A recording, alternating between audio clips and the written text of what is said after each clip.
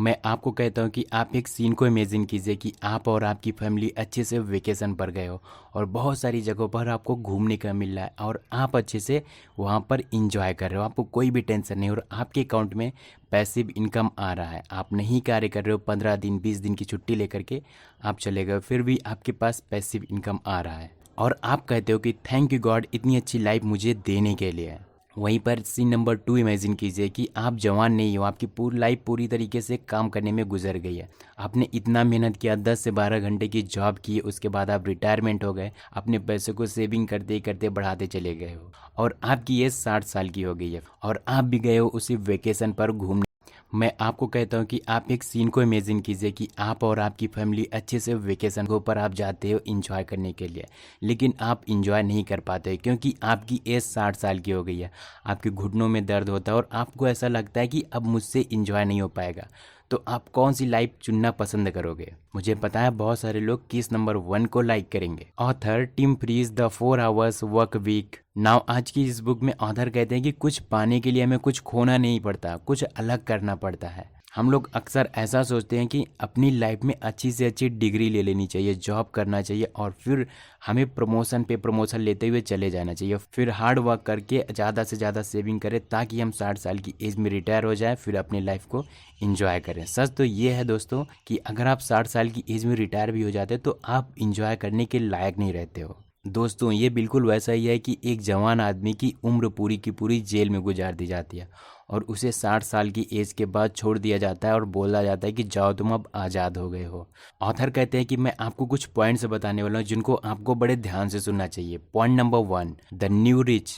आप मिलिए mister Richie Richie से, जो कि सोशल मीडिया मार्केटिंग की एजेंसी चलाते हैं और ये इन्फ्लुएंसर और ब्रांड के बीच में मीडिएटर का कार्य करते हैं।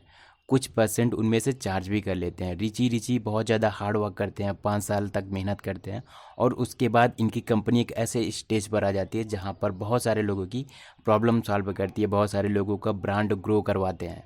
तो इनको बहुत अच्छा खासा अमाउंट मिलता है 5 साल के बाद, जिसकी वजह से ये पैसिव इनकम बिल्ड करते हैं। अब ये कहीं पर भी छुट्टी लेकर भी चले जाते हैं तो इनको कोई भी प्रॉब्लम नहीं होती, इनकी कंपनी रन करती रहती है। तो ये सब कुछ बनाने में इनको हालांकि बहुत ज़्यादा मेहनत करना पड़ा, 5 से 4 साल इनको इस इंडस्ट्री में देना पड़ा और कंटिन्यू देना पड़ा। सो ऐसे कार्य में सक्सेस होने के लिए बहुत ज़्यादा हार्ड वर्क लगता है, लेकिन एक समय ऐसा आता है जब आप सक्सेसफुल हो जाते हो। तो ऑनलाइन बिजनेस यानी कि सोशल मीडिया से रिलेटेड आप कोई भी बिजनेस स्टार्ट कर सकते हो।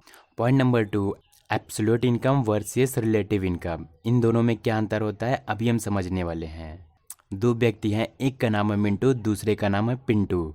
मिंटू 1 लाख रुपया कमाता है एक महीने के अंदर जॉब करके और वहीं पर जो पिंटू है वो ऑनलाइन बिजनेस करके 75,000 रुपया कमाता है। तो आप बताइए कौन ज़्यादा सक्सेसफुल है, कौन ज़्यादा अर्निंग कर लेता है? बहुत सारे लोग बोलेंगे कि मिंटू, लेकिन यहाँ पर पिंटू ज़्यादा अर्निंग करता है। वो कैसे, अभी हम समझने वाले हैं।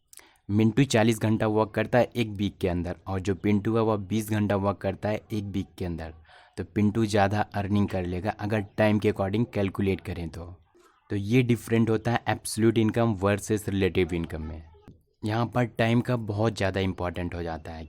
अगर आप कम टाइम लगा करके ज़्यादा अर्निंग कर रहे हो, वहीं पर ज़्यादा टाइम दे करके आप कम अर्निंग कर रहे हो तो कम टाइम वाला जो अर्निंग कर रहा है वो उसकी ज़्यादा वैल्यू है क्योंकि वह कम घंटे लगा करके उससे ज़्यादा की अर्निंग कर रहा है। Now point number 3, outsourcing. Outsourcing का मतलब ये होता है कि हम अपने छोटे छोटे काम को किसी और को डिलीवर कर दें।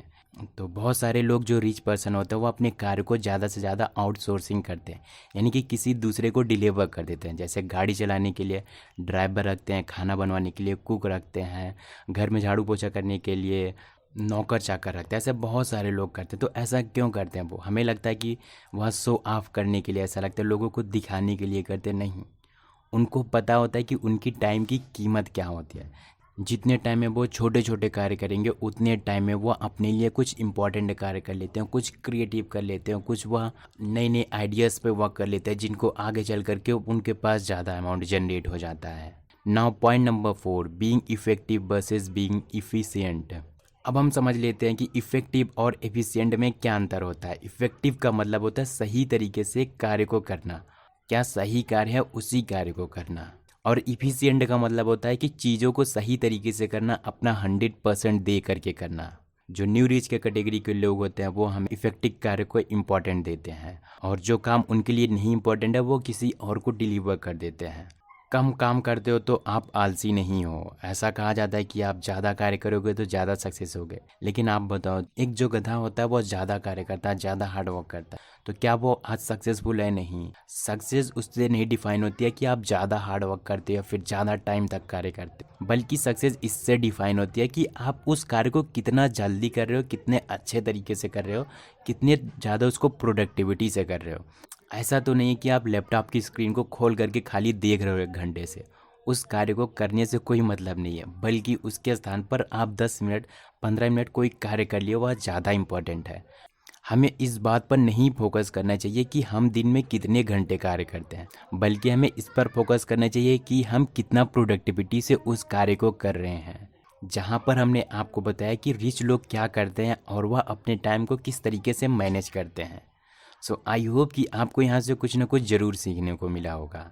सो दोस्तों, मैं उम्मीद करता हूँ आपको ये वीडियो ज़रूर पसंद आई होगी, और अगर आपको ये वीडियो पसंद आई तो वीडियो को एक लाइक कर देना, एंड प्लीज़ इस चैनल को सब्सक्राइब कर देना, ताकि आने वाली वीडियो की सारी नोटिफिकेशन आपको मिलती रहे। सब्सक्राइब नाउ, मिलते हैं किसी अगले वीडियो में, तब तक के लिए thanks for watching this video.